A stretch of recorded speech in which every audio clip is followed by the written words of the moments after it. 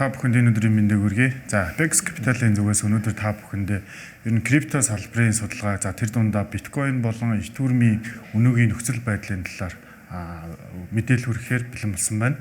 Дижитал алт буюу ер нь бол хөрөнгөний зах зээл дээр одоо нэмэгдээд удаагүй байгаа биткойны талаар бол хүмүүс нэлээд ойлголттой болсон байгаа. За ялангуяа тий цар тахлын үеэр бол Монгол ч гэсэн маш олон койнууд гараад технээсээ явж байсан бол за өнөөдрийн байдлаар буюу одоо 2026 оны байдлаар 2026 оны 1 сараас хойшоо бол одоо энэ хүү зах зээл маань ер нь нэлээд уналттай явж байгаа. За энэ үзүүлэлт нь одоо юунаас болоод унаад байгаа вэ гэх юм бол энэ доорх одоо 3 хүчин зүйлсээс гарч ирж байгаа. За макрогийн хувьд бол за одоо баг үгнээсээ бол ойлгомжтой байгаа бах тий. Макро эдийн засгийн нөлөөлөл за дотоодын нийт бүтээгдэхүүн байж болно. Одоо энэ бол эдийн засгийн өсөлт гэсэн үг шүү дээ.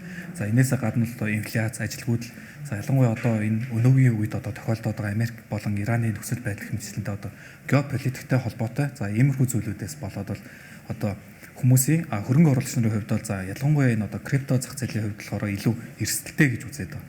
За одоо яг энэ чарт руу харах юм бол бид нар одоо эрсдэл болон өгөөжөөр нь ингээд хөрөнгө оруулалтын бүтээгдэхүүнүүдээр нь ялгаад харуулад байгаа. За хамгийн эрсдэл багтай бүтээгдэхүүн одоо юу орж ийнээр хамгийн ихэнд бол засгийн газрын бонд гэж орж байгаа. Засгийн газрын бонд нь яагаад эрсдэлгүй гэж боддог гэхээр тухайн одоо мөнгөний дэвсгэрт дээр хамгийн эрсдэлгүй буюу одоо тухайн засгийн газраас нь батлан далт гаргаж байгаа гэж үздэг учраас ямар ч эрсдэлгүй гэж үзэж байгаа. За ингээд дээшээ баруун тал руу одоо зүүн тал руу явах тусам одоо компани бонд, хувьцаа, крипто гэрчлэнгээр явж байгаа үзэгдэл нь болохоор өөрөө эрсдэл нэмэгдэж байгаа гэсэн өгөөж нас дагаа нэмэгдэж байгааг харж байгаа. За хамгийн одоо зүүн талд байгаа буюу одоо хамгийн эрсдэл болон өгөөж өндөртэйгээр харагдж байгаа зүйл нь болохоор крипто гэж орж ирээд байгаа. Тэгэхээр энэхүү бүтээгдэхүүн одоо зах зээлийн макро медианууд маш одоо юутай байна. Эмзэг байна.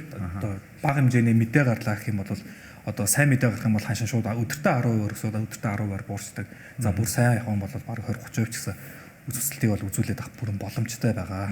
Тэгэхээр одоо хөрөнгөний зах зээл дээр арилжаалагддаг тий хөрөнгө оруулах бүтээгдэхүүнүүдийн хувьд бол ер нь бол хамгийн эрсдэлтэй бүтээгдэхүүн бол ялчгүй крипто салбар байгаа тий. Хамгийн эрсдэл макро эдийн засаг, инфляц, дотоодын нийт бүтээгдэхүүн, за мөн дээрээс нь геополитикийн асуудалтай холбоотойгоор маш өндөр хэмжээний савлгааг бусад бүтээгдэхүүнүүдэд харьцуулахад бол үзүүлдэг гэдэг дүр зурагтай харагдаж байна. За биткойны хувьд 2025 оны 3 сараас хойшоо гарсан мөнгө урсгалыг. За энэ зөвхөн яг ETF-ээр дамжиж байгаа мөнгө урсгалыг бол энэхүү чартанд харуулж байгаа. 2025 оны 3 сараас эхлээд ерөнхийдөө ETF руу орох урсгал буюу хүмүүс маш их хэмжээний хөрөнгө оруулалт хийж спот ETF-ийг худалдаа авах хөрөнгө оруулалт хийх маягаар байж исэн бол 2025 оны 7 сараас эхлээд 8 сараас эхлээд бол гарах хэмжээний урсгалууд ажиглагдсан. За тэгээд яалчгүй нөгөө мөнгө хаана байна? Түүнийгээ дагаад зах зээлийн одоо ханш өсдөг жамын дагуу одоо криптогийн ханш ч гэсэн биткойны ханш бол савлгаатай. За өнгөрсөн онд бол түүхэн дээд ханшаа шинжилээд оны сүүлээр бол маш том хэмжээний уналтыг үзүүлсэн тий. Тэгэхээр тухайн цаг үеуд юу болсон бэ гэхээр орж исэн мөнгө урсгалууд маань бол гараад 2025 оны 11 сар 12 сард бол 3.8 тэрбум доллар 2.8 тэрбум доллар, 3.3 тэрбум доллар гэх хэмжээний мөнгө урсгал гарч ирсэн. Үүнийгээ дагаад ч гэсэн одоо биткойны ханш унсан дүр зурагтай ажиглагдж байна гэсэн. Эх төрмийн хувьд бол биткойнтой мөн адил. За 2025 оны хувьд бол крипто салбарын түүхэнд бол маш онцлог жил болсон. Дональд Трамп ажиллаа авсан. Ер нь криптод ээлтэй бодлого баримтлана гэдэг одоо хүлээлтээр биткойн болон эх төрөм за бусад крипто валютууд бол түүхэндээ таньшаа шинжилж байсан тийм. За гэтэл нөхцөл байдал дээр яг хэрэгжүүлж байгаа арга хэмжээнүүд удаашралтай, хууль зохицуулалтууд батлагдах хугацаа ойжлогцоор оны сүүлээр бол эдгээр одоо крипто валютууд бол унтсан дүр зурагтай харагдаж байна. Тэгээд ялчгүй мөнгө урсгалыг харахад бол Дональд Трамп ажиллаа аваад янз янзын амлалтуудыг өгсөн. Тэрнтэй холбоотойгоор маш хэмжээний хөрөнгө оруулагчид одоо ирээдүйд өндөр өсөлт авахын тулд хөрөнгө оруулалтыг хийж исэн бол оны сүүлээс ухуулаад зарим нэг нь ашигла хэрэгжүүлэгч байдаг юм. Иймэрхүү дүр зурагтай мөнгө урсгал бол харагдаад байгаа. За хэрэглээний хувьд яг биткойн болон эх төрмийн хувьд бол маш энгийнээр одоо телевиз үзэж байгаа үзэгчдэд тайлбарлахад бол биткойн өөрөө бол крипто валют. За эх төрм бол одоо нэгдсэн платформ юм тий. Эх төрмийн сүлжээг ашиглаад тэнд хүмүүс хоорондоо гүйлгээ хийж болж байна. За мөн стейбл койн токен гаргах боломжтой болсон гэдэг ийм давуу талтай. Ер нь бол биткойны хувьд крипто валютаас хэрэглээний хувьд бол арай эх төрмийн хувьд бол хэрэглээний хувьд бол арай сул талтай. За эх төрм бол одоо уламжлал санхүүгийн одоо зах зээлд аваад үзэхэд бол нэгсэндээ зохицуулагч байгууллага гэх юм уу одоо банк ч гэдэг юм дид бүтцийн байгууллага гэж хэлж болно тий. Одоо жишээ нь бирж байдаг юм уу эсвэл төлөрсөн хадгаламжийн төвч байдаг юм уу тий. Иймэрхүү байдлаар бас хэрэглэгддэг байна.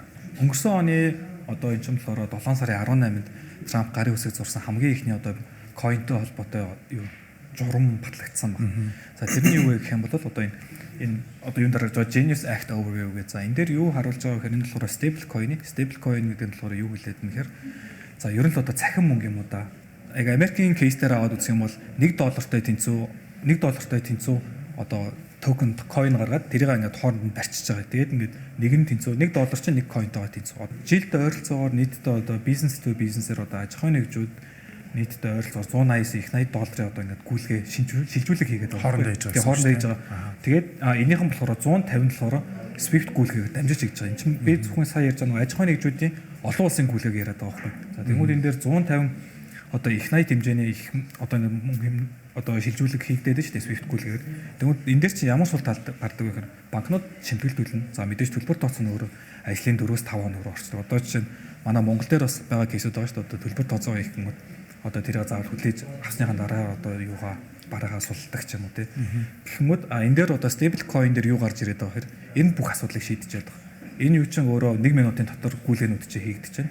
За тэгэхээр одоо бидний харж байгаа энэ сүлд уншсан судалгааны дагуу гэх юм бол за өнөөдөр 2024 оны байдлаар яг энэ 189 их 80-ийн ерөөсөө 1.6 их 80-д нь одоо 1% хүрэхэргүй бараг хэмжээний дүн зөвхөн stable coin-оор 24 онд хийгдсэн байна.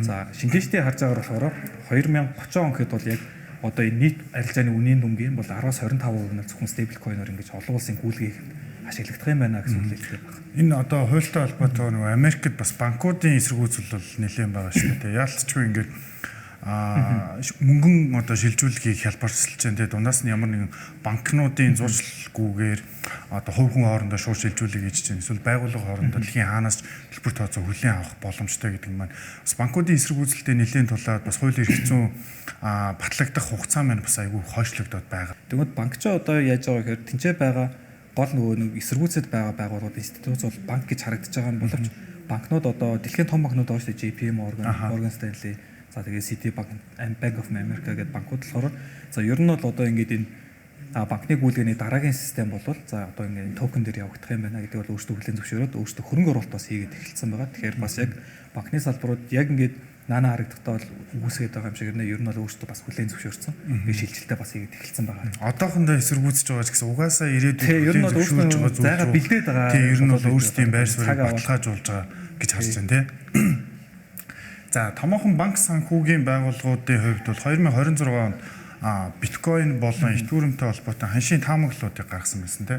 За тэгэхээр ихэнх байгууллагуудын хувьд бол биткойны хувьд бол 2026 онд бүх цаг үеийнхаа дээд таншийг дахин шинжилнэ. За юу 26 урсан аа. Тэгсэн. За юутай холбоотой вэ гэхээр за мэдээж хууль эрх зүйн хүлээлттэй холбоотой. За улс орнууд албан ёсны крипто валютуудыг хүлээн зөвшөөрч түүнд одоо зохицуулах дүрм журмуудыг баталж байгаа нэгдүгээр. Хоёрдугаарт нь stable coin-уудтай холбоотой маш их хэмжээний эргэлт байна. За гуравт нь болохоор төвлөрсөн бус санхүүгийн системийг ерөнхийдөө дэлхийн нийт хүлээн зөвшөөрж байна. Америк тэргүүтээ тэргүүлэгч улсууд бол ингээд хууль дүрм журмуудаа баталцгаад дэлхийн бусад одоо улс орнууд бол Америкээс жишээ авч чаддаг юм уу те. Эсвэл бусад өндөр хөгжилтэй улс орнуудаас жишээ аваад дотооддоо хууль дүрм журмаа батлаад өөрөө энэ чинь дэлхийн нийтийг хамарсан өргөн хэрэглээний одоо валют болох хүлээлт бол эхлэн тавигдсан гэдэг үндсэн дээр аюу өөдрөг төсөөллийг бол банк санхүүгийн байгууллагуудаас бол гаргацсан байгаа.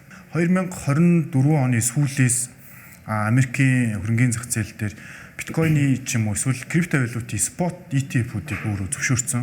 За үүнийг дагаад спот ETF-үүд бол томоохон Америкийн биржүүдээр арилжаалагч байгаа. За биткойны хувьд бол хамгийн том ETF нь бол iShares-ийн гаргасан Bitcoin Trust гэдэг ETF байдаг. Нийтдээ удирж байгаа хөрөнгөийнх нь хэмжээ нь 58 орчим тэрбум доллар тий. За тэгээ сүүлийн 1 жилийн ханшийн өөрчлөлт бол нэг 10 орчим хувийн уналттай. Итүрмийн хувьд бол томоохон 3 ETF-ийг бас харуулсан байна. Биткойнтой харьцуулахад бол сүүлийн 1 жилийн ханшийн өөрчлөлт бол харьцангуй одоо өсөлттэй байгаа гэсэн. Яг өнөөдрөөс жилийн өмнөх рүү очиод үзэхэд бол авсан хүмүүст бол нэг итүрм бол 10-аас дээш хувийн өгөөжтэй бол биткойн бол харин 10-аас хасах 10% өгөөжтэй байна. Тэр нь бол урт хугацаанд хөрөнгө оруулалт хийхэд бол иймэрхүү ETF-ээр дамжуулаад хөрөнгө оруулалт хийхэд бол илүү тохиромжтой тий. За тэгээд телевиз үзэж байгаа үзэгчд маань магадгүй хөрөнгө оруулалт хийхээр сонирхож байгаа хэрвээ та эрсдэл одоо хэр мэдрэгвэ тий эрсдэл одоо хэр зохистой ханддаг вэ гэдгээс шалтгаалаад багцынхаа нэг 5 орчим хувьд л криптод хөрөнгө оруулалтыг бол ер нь бол тохиромжтой гэж хөрөнгө оруулалтын шинжээчтэй хувьд зөвлөхүүдийн хувьд бол зөвлөдөг те. Чиний хувьд? Тийм. Одоо яг энэ биткойн гэж байгаа чинь яг уламжлалт өөрөө хөрөнгө оруулалтын зэвсэг хэрэгсэл бас биш болчиход байгаа. За тэгэхээр альтернатив хөрөнгө оруулалт бол ер нь багцтай дээдлэлтэй одоо нэг 15 орчим хүүхдэл байвал ер нь бол зүгээр. За тэгэхээр яг тийч чинь альтернатив дотор ч юм болохоор одоо бас байгалийн одоо бид хоёрын өмнөх дугаарт орж ирсэн бүтээгдэхүүн байгаа шүү дээ. Газрын тус энэ ч орчод байгаа. За тэгэхээр одоо алт юм уу, алт нүүрс зэс металл зэрэг ч юм болохоор альтернатив хөрөнгө оруулалт гэж үзээд байгаа учраас за жишээ нь одоо нэг хүн за дижитал одоо энэ койнууд хөрөнгө оруулах юм бол нэг 5 орчим хувьтай. За зэсэнд одоо commodities бас хөрөнгө оруулах юм бол нэг 5-10% хэмжлэнгээр байхаар ер нь бол тэр 15% та өөрийнхөө эрсдэл таах хэмжээгээр одоо менеж хийгээд ер нь бол хөрөнгө оруулж зүгээр гэж байна. Бидний бэлтгэсэн судалгаа ингээд дуусч байна.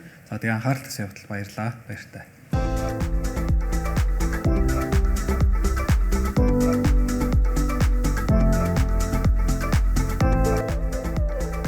CNBC хөрөнгөний зах зээлийн буланг Apex Capital-ын хамт үргэж байна.